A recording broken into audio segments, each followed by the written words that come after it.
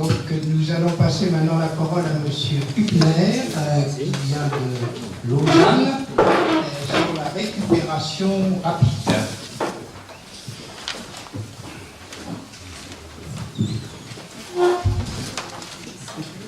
Alors, merci pour l'introduction et pour l'invitation, chers collègues. Qu'est-ce que vaut la récupération rapide? Donc nous avons tous des restreintes budgétaires pour toutes les nouvelles prises en charge. Il faut faire une analyse si le gain clinique justifie le prix supplémentaire. Il y a des cas de figure tout à fait simples, des coûts faibles avec des gros bénéfices. Pour les médicaments un peu plus nouveaux, c'est déjà moins favorable. Il y a des choses prohibitives, donc des chimiothérapies extrêmement chères avec un gain marginal. Il y a donc la laparoscopie que j'irai situer là-bas comme exemple chirurgical. Ensuite, il y a des mesures de rationaliser les coûts, donc limiter les prestations pour économiser le fric, par exemple la dialyse en Angleterre. Il y a des opérations comme aux États-Unis, qui sont de loin le système de santé le plus cher, avec des indicateurs assez pauvres. Et finalement, il y a la situation utopique des gains au prix diminué. Donc voilà, je vais disséquer pour vous un peu la réhabilitation rapide par rapport à ces deux points. Donc d'abord, l'aspect clinique. Le but pour nous, c'est de guérir nos patients, peu de complications, récupération facile pour avoir un patient qui est content et une durée de séjour courte. Fréquemment, c'est différent malheureusement en réalité, et beaucoup de patients arrivent déjà en conditions assez faibles en consultation, et pour la chirurgie, ensuite une préparation assez pénible avec préparation colique, mise à jeun, sédation préopératoire, ensuite le stress énorme d'une chirurgie majeure, dans la phase post-op liée au lit avec des tuyaux sous opiacés et inondés par les flottes, donc la récupération est longue et pénible, avec des durées moyennes de séjour pour la chirurgie colorectale par exemple autour de 10 jours. C'est une étude historique. La mauvaise nouvelle en Suisse ainsi qu'en France, ces durées moyennes se situent toujours au-delà de 12 jours. Maintenant, professeur Kehlert avait déjà publié en 2007 son étude avec de bon nombre de patients avec des durées moyennes de 2 à 3 jours après la chirurgie colique ouverte, dans un concept de fast track. Donc c'était peu étonnant qu'il y avait beaucoup de gens qui l'ont appelé un menteur. C'est pas possible ce qu'il écrit. Donc heureusement, il y avait aussi des gens un peu plus curieux, comme par exemple mon chef, professeur de Martine, qui nous a poussé de mettre à point notre protocole suisse. Donc 4 points principaux: restriction hydrique, analgésie épidurale pour la colectomie ouverte, et nutrition et mobilisation précoce. Ensuite, omission de la préparation colique, mise à jeun et des corps étrangers. Et en fait, notre groupe était le premier de pas seulement démontrer un raccourcissement de la durée de séjour, mais aussi une nette diminution des complications, quand même 50%. Des résultats qui étaient confirmés par multiples autres essais randomisés. Voici l'évidence destillée pour vous pour les 16 études randomisées, 2400 patients. Et comparé avec le groupe contrôle, les patients fast track, 40% moins de complications, sans augmenter la mortalité ni les réadmissions, et une durée de séjour raccourcie par 2 jours et demi. Le gain principal, c'est la réduction des complications médicales, essentiellement cardio-respiratoires, avec aucun bénéfice, peu étonnant pour les complications chirurgicales. On peut alors optimiser la prise en charge des patients déjà en pré-op idéalement, À l'hôpital avant l'opération, pas de mise à jeun, charge des carbo donc hydratée, prise en charge antalgique multimodale. Comme facteur clé, la chirurgie mini-invasive, c'est clair, et dans la phase post-op des mesures pour donc permettre le retour à l'état physiologique au plus vite possible. Et ça marche vraiment avec un raccourcissement de la récupération par des jours, même des semaines.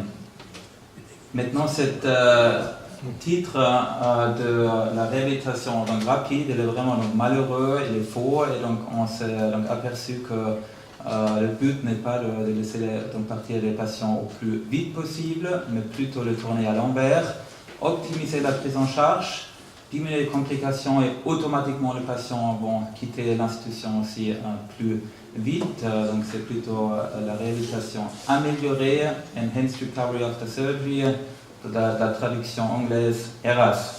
Et donc ça c'est mon but donc, personnel pour le protocole donc, actuel. Beaucoup de mesures très modestes dans les différentes phases de la prise en charge. Je n'entre pas en matière, c'est vraiment des mesures très très basiques en grande partie. Ensuite, donc l'omission des items qui sont au moins pénibles, voire délétères. Et tout ça, c'est fait pour le patient, pour diminuer les douleurs. Voici au moins 3 items qui contribuent. Maintenir l'homéostase du patient, la prévention ou au moins la diminution de l'incident de l'ilius post-op et de rendre le patient dans un confort certain malgré le fait d'avoir une chirurgie majeure. Et je pense que ce schéma vous illustre assez bien pourquoi ça fait du sens d'appliquer le protocole en totalité et pas seulement quelques mesures. C'était aussi démontré d'une manière scientifique par le groupe suédois. En étude de presque 1000 patients où ils ont lié l'application du protocole avec des résultats cliniques. Pour le faire court, le mieux l'application du protocole, le mieux les résultats cliniques. Ils ont même pu donc démontrer une augmentation de la survie pour les patients donc, oncologiques, meilleure survie pour les patients avec une meilleure application du protocole ERAS. Le bémol, un protocole n'est pas suffisant pour implémenter ce changement de pratique. C'était joliment présenté et publié par ce groupe donc, hollandais. Ils ont mesuré l'application, disons, concrète des mesures individuelles. Et donc, vous voyez beaucoup de chiffres, donc aucun chiffre 100%, beaucoup de 45 à 36%. Donc, en pratique, ils n'ont tout simplement pas appliqué le protocole entendu. Et nous avons fait ensuite l'audit dans notre service en 2010 et nous avons appliqué le protocole à 40% seulement. Et avec une durée moyenne de séjour pour la chirurgie colorectale de 10 jours, on se situait dans le dernier milieu de terrain, dans le benchmarking de centre ERAS, peu satisfaisant pour notre centre. Et c'était justement la motivation pour s'embarquer dans l'implémentation systématique, transformation des guidelines recommandées dans un protocole institutionnalisé. Quelques adaptations étaient nécessaires et ensuite la traduction dans la pratique quotidienne par le biais des itinéraires cliniques. Processus qui prend environ 9 mois. On était donc accompagné par des experts pour le changement de pratique, 4 séminaires, 3 périodes d'action, chronophage, quand même cher, mais avec des résultats vraiment satisfaisants. On avait, après une année, doublé l'application du protocole avec donc, une diminution nette des complications majeures et de la durée de séjour. On a ensuite analysé aussi la charge infirmière par patient et par jour avant, durant et après l'implémentation, et la charge infirmière diminue aussi, parfois même 45 minutes par patient et jour. On a répété aussi donc des analyses des Suédois avec pratiquement le même résultat et le seuil pour donc, avoir un bénéfice du protocole, donc le seuil de l'application c'est au moins à 70% pour bénéficier de moins de complications sévères et d'une durée raccourcie.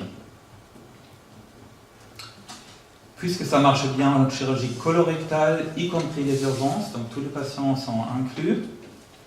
On a commencé aussi avec la pancréatectomie, les résections hépatiques et un peu plus récemment avec la chirurgie APA-GI. Je vous donne juste un petit résumé de notre expérience lausannoise pour ce type d'opération, donc diminution de complications, de la durée de séjour, des coûts, donc très nette diminution des coûts, donc tout ça c'est publié, vous trouvez un PubMed. Les gynécos ont aussi déjà traité presque 400 patients, les urologues 200 patients, donc tout compris, on a donc une expérience à Lausanne de plus de 2000 patients. See one, do one, teach one, donc pour cette raison, et donc justement parce que ça marche bien chez nous, on a très vite offert des séminaires d'implémentation nous-mêmes. Ça c'est une carte de la Suisse avec la première volet, y compris l'urologie, ensuite gynécologie, chirurgie vasculaire thoracique et la dernière volet actuellement avec à nouveau 5 centres digestifs. Et voici la justification pourquoi Lausanne peut vraiment s'appeler capitale olympique.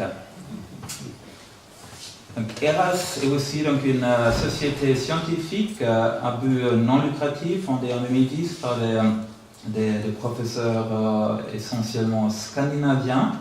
Au début, un petit club, le premier congrès 2012. Ensuite, ça prend de plus en plus donc, de dimensions et actuellement, il y a 120 unités dans plus de 20 pays sur tous les 6 continents.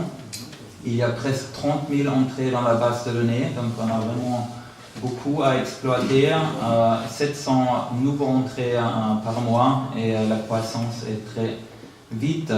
ERAS France, Strasbourg, Lyon sont implémentés.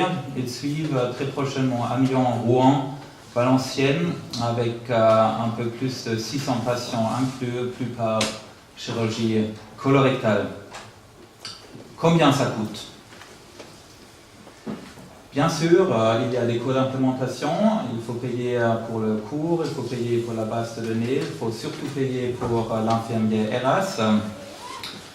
On a fait donc, une analyse très détaillée, les 50 derniers patients constitutifs avant l'implémentation et les premiers 50 patients constitutifs après. Et malgré les coûts d'implémentation par patient de 1200, on avait un gain net de 2000 francs par patient. Implémentation à échelle beaucoup plus large, donc en Canada, province de Alberta. Ils ont comparé 300 patients avant versus 1300 après, avec les mêmes gains que dans notre étude. Pour le système de santé de Alberta, ça signifie quand même un bénéfice de 2 300 000 dollars canadiens. La probabilité statistique pour que le programme ait bénéficiaire, c'est au moins 73%. Et pour vos administrateurs, le mot-clé, le mot magique, c'est le retour de l'investissement. Donc pour chaque euro investi, vous avez une probabilité de gagner 3,8 euros. Voilà, donc on peut donc améliorer la prise en charge au coût réduit, c'est quand même assez unique dans le monde de médecine. On veut avoir cette diminution du stress métabolique pour diminuer les complications et pour bénéficier du gain secondaire de la réduction de la durée de séjour et les coûts. Qu'est-ce qu'il faut? Une équipe donc, dédiée, au moins chirurgien, anesthésiste, infirmière, administration très utile. Il faut se mettre ensemble pour établir le protocole, le suivre avec une haute confiance et surtout l'audit pour donc, mesurer l'application, mesurer les résultats cliniques et pour donc, développer le protocole pour le futur. Il faut alors vraiment des données, il faut l'audit prospectif, sinon on n'a rien dans la main. C'est comme pour les infections du site laboratoire, il faut avoir les chiffres Donc ça c'est le tool donc online, donc on peut regarder chaque jour, donc par exemple la durée des séjours, la confiance, les complications, le nombre donc des opérations. On sait à quel pourcentage les items individuels sont impliqués. On connaît nos complications et on peut jouer avec ces chiffres. Donc voici par exemple donc 20% des nausées et vomissements, c'est très haut. En même temps, on avait donc une non-application de la prophylaxie PONF de 36%.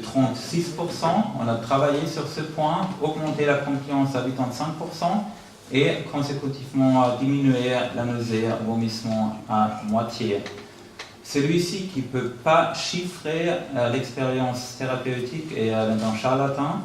Ce n'est pas une photo de moi, c'est Theodor Billroth, probablement aussi bien connu dans le monde francophone. Donc c'est bien connu depuis toujours que l'audit c'est vraiment la clé pour amélioration. Ça par contre, ça c'est nous, donc le chirurgien typique, très sûr de nous-mêmes, donc pas besoin des chiffres. Donc j'ai fait une petite enquête parmi les chirurgiens colorectales. Qui sait ce que c'est ERAS? 100% des mains levées. Deuxième question, qui fait ERAS? Environ 40%. La dernière question assez méchante, qui peut donc rapporter l'application du protocole? Je vous laisse tirer vos propres conclusions. Alors, donc, la France est donc établie comme player Monte ERAS, le prochain congrès à Lyon, 10 à 12 mai 2017.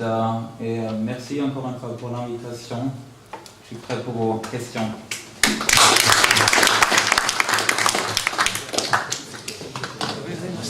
Merci beaucoup. Alors, on passe bien sûr sur cette expérience tout à fait passionnante. Madame, première question. Oui, merci beaucoup Martin pour ces bons résultats. On voit en plus qu'avec cette réhabilitation, il y a une diminution significative de la mortalité et de la morbidité post-opératoire. Alors moi justement, ce qui m'intéresse, c'est de savoir comment vous faites, puisque vous laissez partir les patients à J3 après une chirurgie colorectale. Nous, on est puisque je suis habituée de la chirurgie ambulatoire, nous on passe beaucoup de temps à gérer les risques post-opératoires et donc à prévenir les patients des potentielles complications post-opératoires et de leurs signes d'alerte et de leur délai de survenue. Et là, même si je laissais partir un patient après une colectomie en ambulatoire, je lui expliquerais qu'à J4, il peut avoir une des complications, des signes, voire même, dans certains cas, je l'enverrais avec une NFS et une CRP, comme c'est fait à Amiens pour les sleeves en ambulatoire. Comment vous les éduquez, comment vous gérez cette complication post-opératoire? Alors, merci pour la question. Donc, on est malheureusement pas encore un moyen de 3 jours. Peut-être aussi parce qu'on est un peu mou en Suisse. Donc on n'ose pas être aussi agressif comme les Américains. Donc le moyen pour la chirurgie colique chez nous, c'est autour de 5 jours. Et donc là, vous connaissez certainement des études, par exemple par rapport à la CRP, valeurs prédictives, négatives extrêmement hautes. Donc, si un patient va cliniquement bien, si le CRP à J3 ou J4 n'est pas élevé, il y a une très faible probabilité. Et bon, donc c'est quand même un pays industrialisé. Donc, s'il y a une complication, le patient peut revenir. Merci. Oui, c'est un progrès considérable, je crois, d'arriver à rendre raisonnable les actes chirurgicaux par une bonne évaluation, comme vous l'avez montré, préalable, du taux d'applicabilité des différents procédés. Et ma question est, d'une manière très générale, de savoir si vous avez la possibilité de disposer, dans un délai qui est à peu près d'une dizaine de mois, de données sur l'application de ce procédé à la chirurgie dans le cadre du tube digestif supérieur, à celle de l'œsophage. J'organise un congrès l'année prochaine à Genève, c'est à 40 km de chez vous.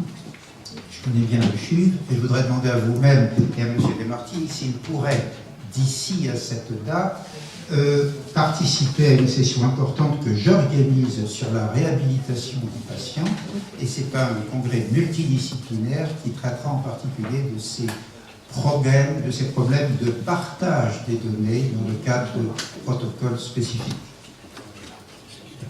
Donc si j'ai bien compris, donc c'est une invitation pour procédure de venir. Pas du tout, pas du tout. Non. Non, pas du tout.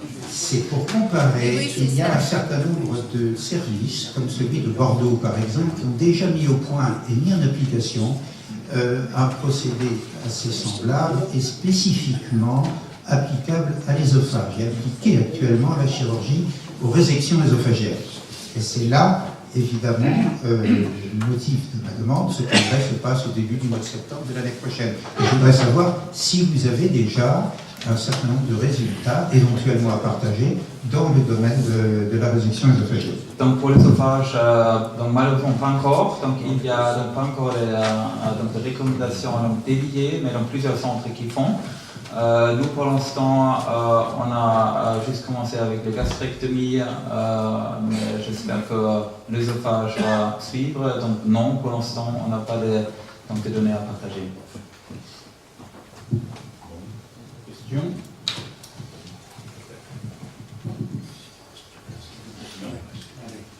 Je vous remercie, monsieur, de cette expérience extrêmement intéressante. Prometteuse.